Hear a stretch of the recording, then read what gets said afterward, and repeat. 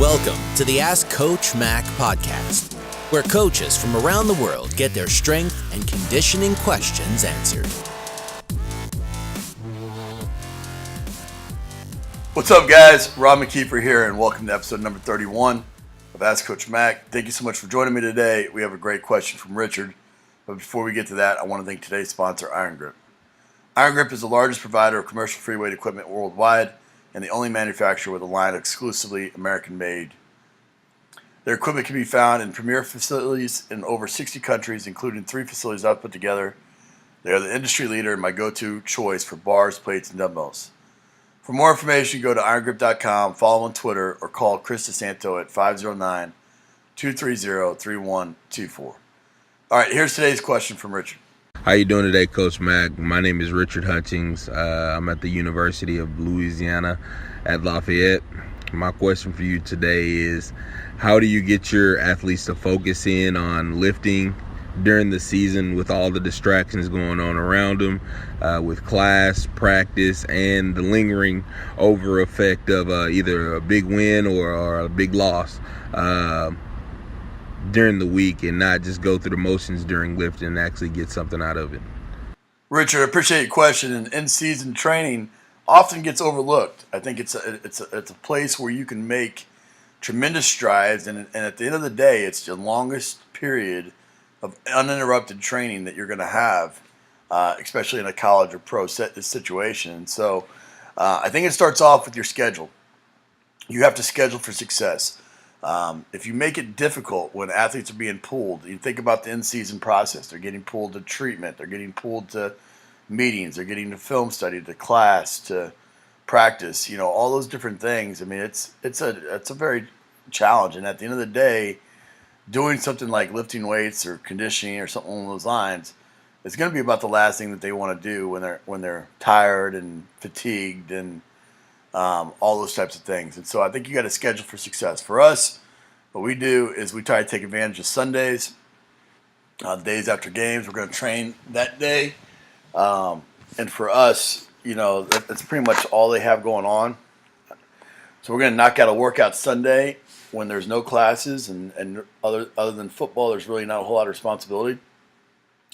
And then we're going to come back on a Wednesday, which is after their Tuesday of hard practice, after a couple days of recovery, and we're going to get the second day for the guys that are over 30 snaps. For the guys that are under 30 snaps, we're going to add another day on Thursday, which is going to be an upper body workout. And then and for our guys that are young, that aren't playing, aren't traveling, we're going to go Sunday, Monday, Tuesday, Wednesday when it's the toughest practices. We're not going to lift. And then Thursday, Friday, we're going to train. And Friday usually being a travel day or just a walkthrough day makes it very beneficial for them. And so I think having a schedule set up to where it makes sense to the players, makes sense for their development, makes sense for their recovery, I think is the number one thing. The second thing is you got to educate. You got to get educated on volume and intensity and show them the relationship between the two.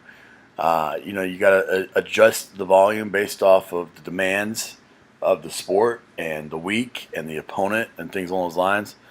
But you still need to maintain a high intensity. So if you came in and watched an in-season workout versus an off-season workout for us, there really wouldn't be a whole lot of difference other than the volume. And so we explain that to our players, make sure they understand it. We create reward systems. You know, every once in a while we'll throw bonuses in there, or you know, we'll modify the workout, or we very rarely eliminate a workout, but there has been times where we've eliminated a workout. But we'll throw reward systems in there and make sure that they understand that they can earn things. So the best example of that would be our conditioning on Sundays. We start off with 1200s for 12 games, and as they win, we reduce it by 1. So granted, you know, is it the best physiologically in terms of conditioning and things along those lines? Maybe not so much, but I bank on the fact that we're going to get our running in throughout the week, and the 1200s really is just an additional benefit, you know, really to flush the system, really to kind of get the recovery process started. And so whether or not we run 11 or 12 really doesn't have a big effect in my mind.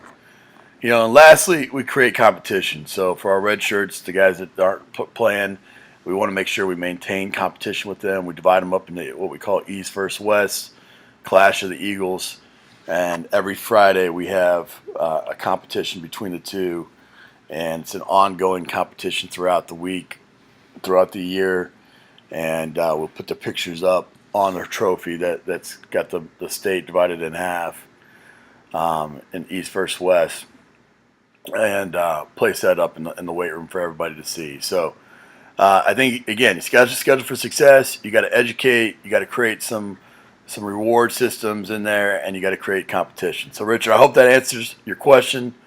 Would love to hear what everyone else thinks. Use the hashtag AskCoachMac31 to continue the discussion over on Twitter.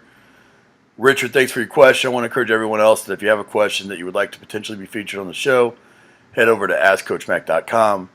There you can ask your question by hitting the record button at the bottom of the page. Thanks so much. I appreciate you guys for listening. And here's a quote to finish off the day by Ryan Vogelsson. In this game, you're not getting better every day, then you're falling behind. In this game, if you're not getting better every day, then you're falling behind. Take care, guys. I'll see you in the next episode of Ask Coach Mac. Bye for now.